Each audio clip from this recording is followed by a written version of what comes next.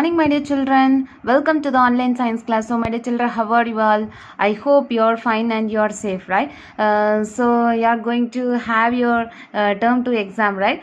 So, have you all started preparing for your exam? Yes. Okay. So far we have completed up to 4 chapter, right? We have marked up to 4 chapter.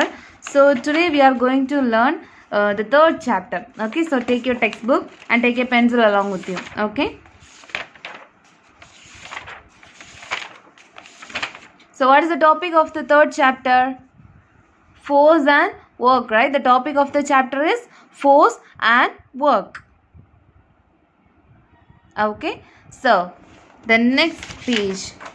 Turn to page number 48. Okay, turn to page number 48. Okay, so have you taken page number 48?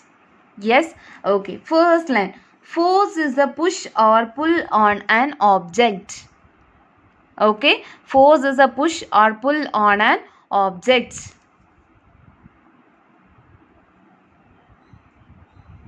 Okay, then when an object is stationary and you apply force on it, it moves.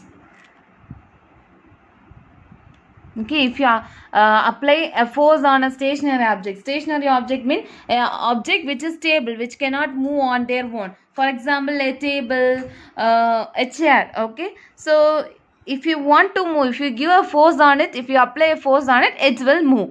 Okay, then effect of forces. Okay, so effect of forces in that to apply force to do work, you require energy. Then work is done whenever a force moves something. Then the capacity to do work is called energy. Okay, the capacity to do work is called energy. Okay, then read this.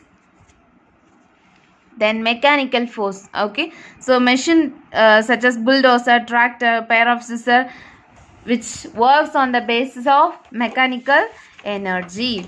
Okay, then here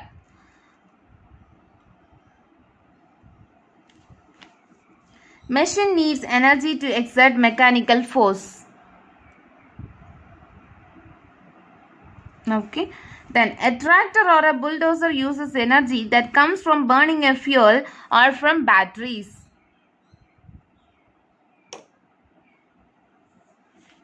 Okay, then two natural forces that we experience are the forces of gravity and magnetic field. Okay, gravitational force and magnetic force.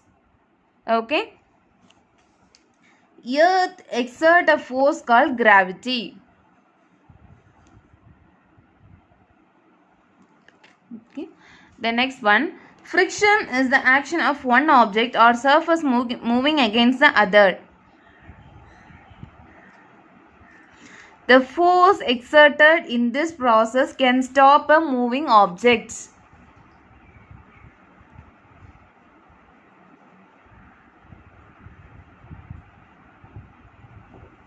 Okay, then frictional force help us not to slip and fall. Okay, frictional force help us not to slip and fall. Okay, then magnetic force. When two magnets come together, their opposite ends attract each other and similar ends repel each other. This property of magnet is called magnetism.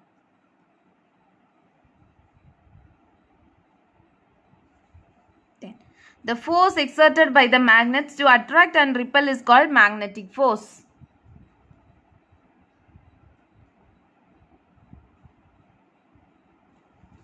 Then turn to next page. Okay, human beings use muscular force to do work. Okay, then the force used to move an object is exerted using muscles. Then electrostatic force. Next force is electrostatic force. When two objects rub against each other, sometimes an electrical charge is released. Okay, then force by which the paper sticks to the comp is known as electrostatic force, by which means you should read this whole paragraph. Okay, from that paragraph, continuation, it gives definition for electrostatic force. Okay, so you should read all that. Then a lever is a bar that turns on a fixed point.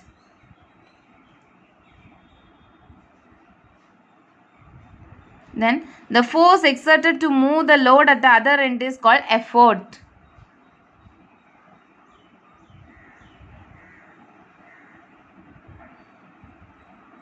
Then the flog is hoisted with the help of a simple machine called pulley.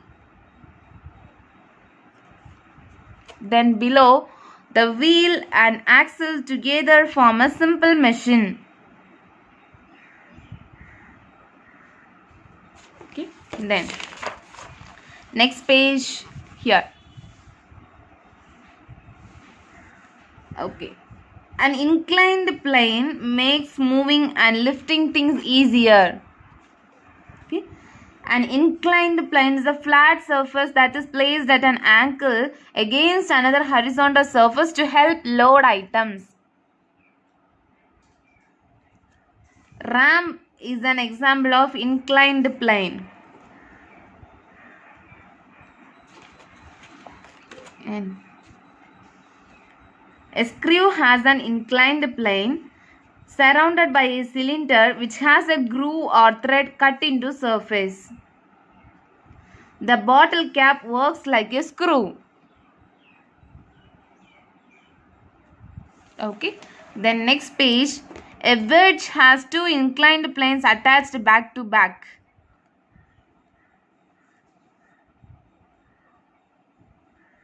An axe can be used to cut down the trees. Okay, so my dear children, third chapter completed. Let's move to the second chapter. Next class we will learn the first chapter and we will read the book back question also. Okay, then turn to second lesson, chapter number 2, page number 28. What's the topic of second chapter? Environmental sanitation. Okay, environmental sanitation. Okay, first, environmental sanitation refers to the conditions relating to public health, especially the provision of clean drinking water and adequate sewage disposal. Okay, then the effective disposal of garbage also contribute to environmental sanitation.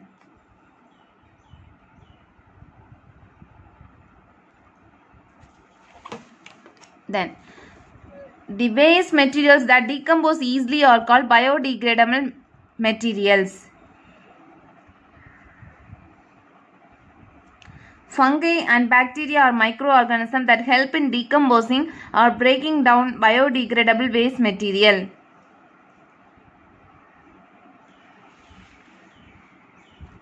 One efficient way to use them is to collect them and recycle to make compost.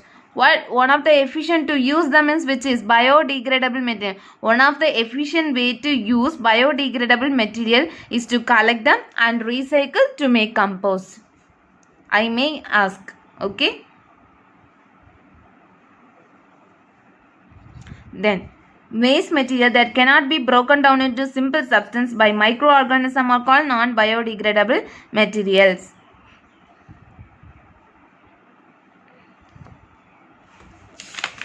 Then turn to next page. Air pollution happens when a substance are let out into the atmosphere is harmful to the environment and living things in it. Okay. Ozone layer in the atmosphere that protect earth from heat rays from the sun is also affected. Air pollution thus can lead to hotter climatic condition.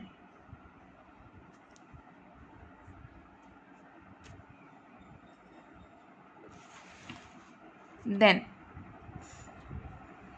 Garbage only decomposed in bins or recycled. Factories should be built away from residential area. Planting more trees is one of the way to reduce air pollution.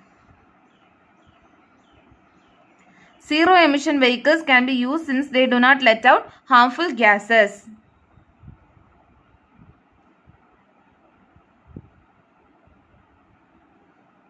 Okay, then read this causes of water pollution. Then turn to next page.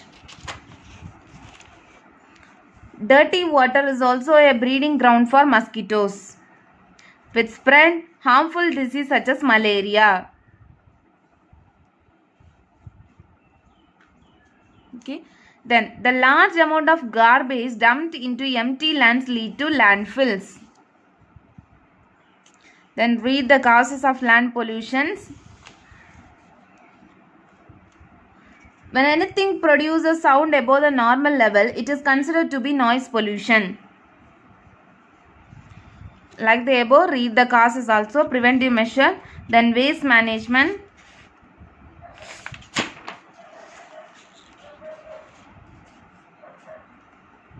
Three R mean reduce, reuse and recycle. I may ask, what is 3 R's? Reduce, reuse and recycle. Okay. Then biogas. Biogas is produced by processing waste from plants and animals.